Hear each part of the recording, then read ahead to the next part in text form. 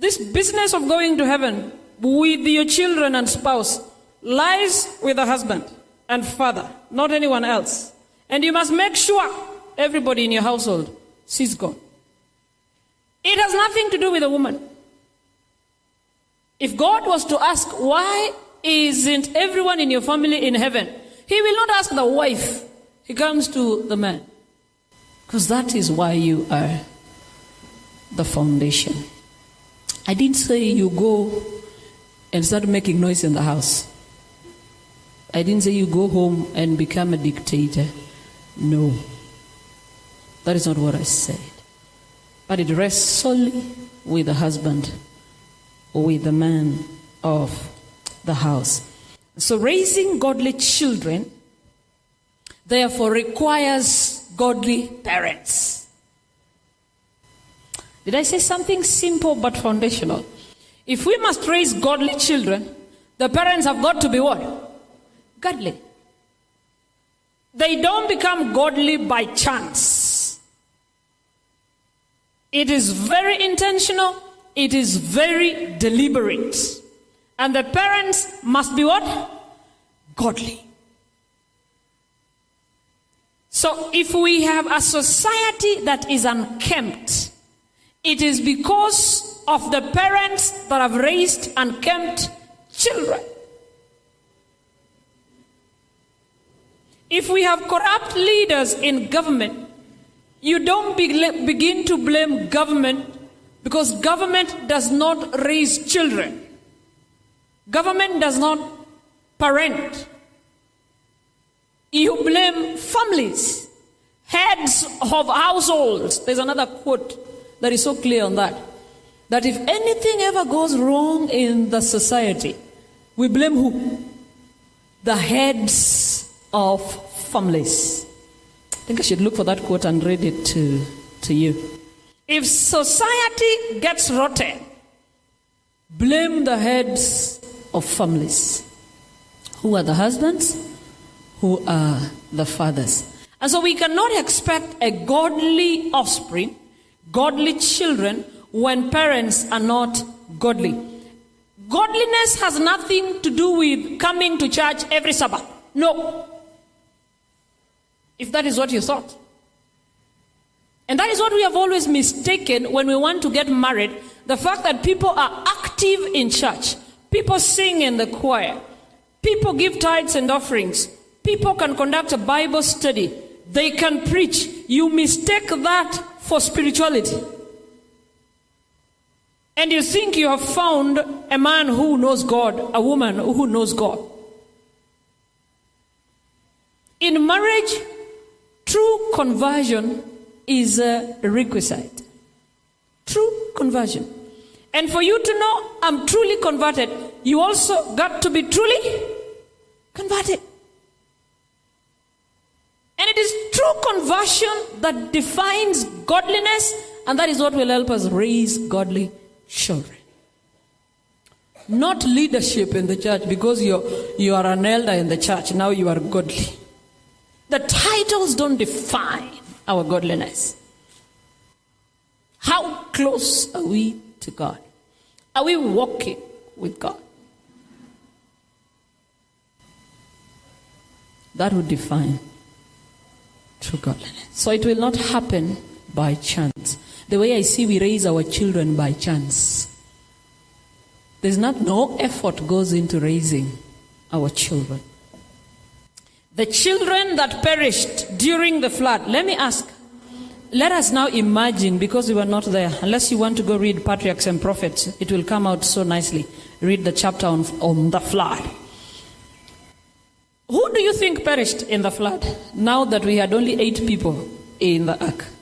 Who do you think perished in the flood? Did we have men perish? Old and young alike, is it? Women perished? Old and young alike. Did children perish?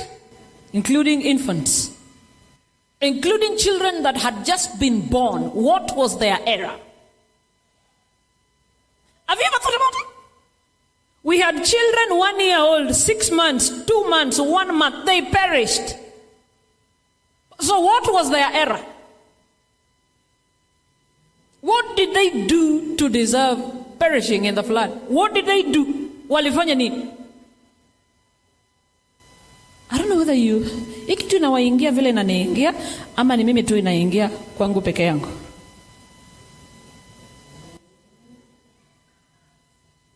Very young children who have no idea about faith but still perished.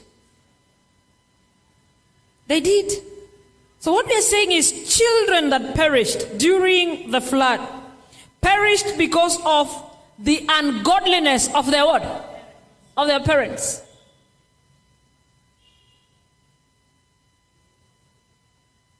Children of all ages, including infants. And very soon, like we are singing in our theme song, we are going to have a repeat of what happened during the flood. Our children will perish when God will finally have to clean up the earth using fire. Our children will perish because of our ungodliness. Whether they're 2 years, 1 year, 6 months, 1 month old, they will perish because of the parents' ungodliness. So when God says, I want a godly offspring, allow me to do an excerpt that will enable us to search our hearts thoroughly.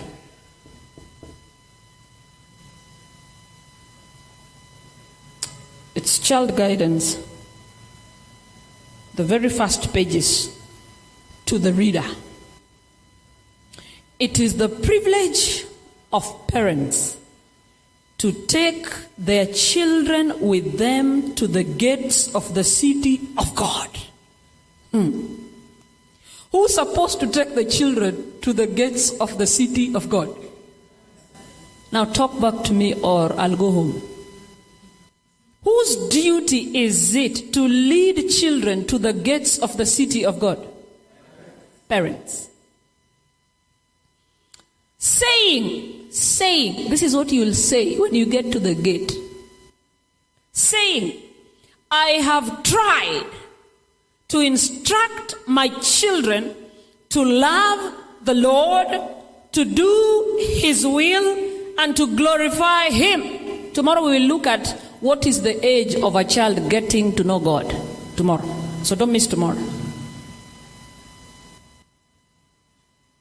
When you will get to the gates of heaven, you should be able to say, I have tried. I have tried. Gidolo is what? As a term. It means it might not be 100%, but you've tried your best that if you're asked to repeat, you'll still do the same thing. I have tried to instruct Adimos. What is instruction? When you say this is an instructor, what do we say? What goes into instructing? Huh? Providing direction. Elder Ben, you're sure? This is an instructor. Providing direction. That's one of them. You provide it for 1 day. No. It's continuous. Is it? When you go to the university for a degree, how many years do you take? 4. Depending on your course and your level. Diploma might be 2 years. Certificate might be 1. But for the period you're there, you're under who? Instructors. If you're doing medicine 6 years, you're instructed for how long? For 6. What goes into instructing is not a 1 day's job. So I want you to upige picha wewe na nyumba yako, mali huko. If you are truly instructing your children since you get birth to them. Apart from paying rent and their school fees and buying them toys and bicycles and everything, what have you done in terms of instructing them? Then you realize nothing. Why nothing?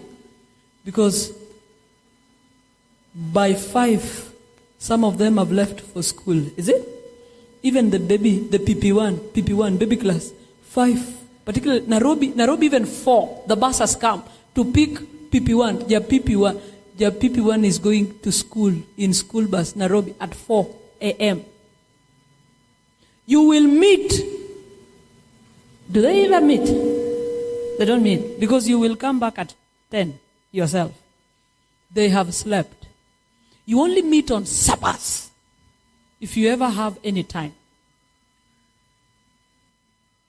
Because you've gone to work the whole day. What time do you have for instructing your children? Some of all of us are here. The teacher does the instruction. Some school teacher. Sunday we are all over. Busy. Kibuye. Thorough cleaning. What time do we have to instruct our children?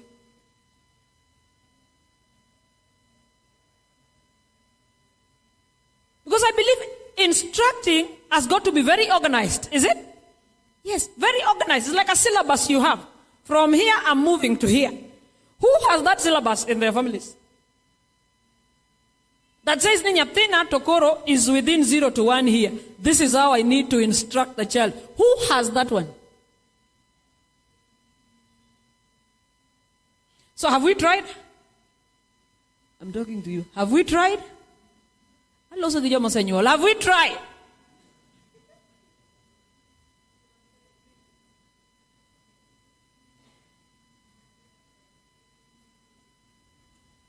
I have tried to instruct my children to do what? To love the Lord. To do His will. Kakoro wewe muzazi ndio hata ujui will ya Mungu maisha yako ni gani?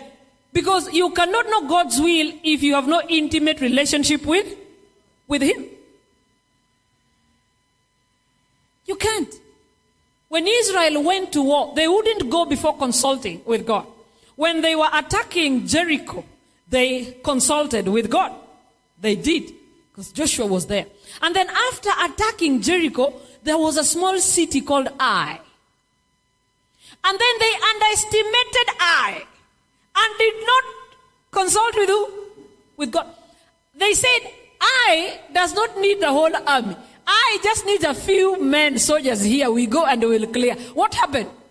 They were killed terribly with a very small population in Ai.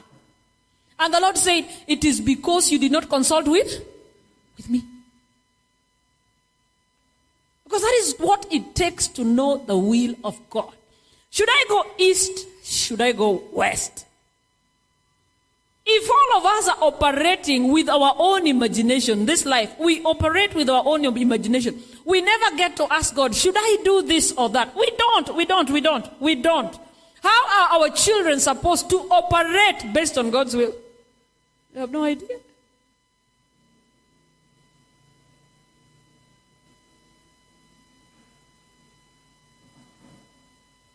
Because we are still battling with how do I know God has spoken. We are still not even in baby class. People are still asking, how do I know God has spoken? People are still there. So how are our children supposed to operate based on God's will?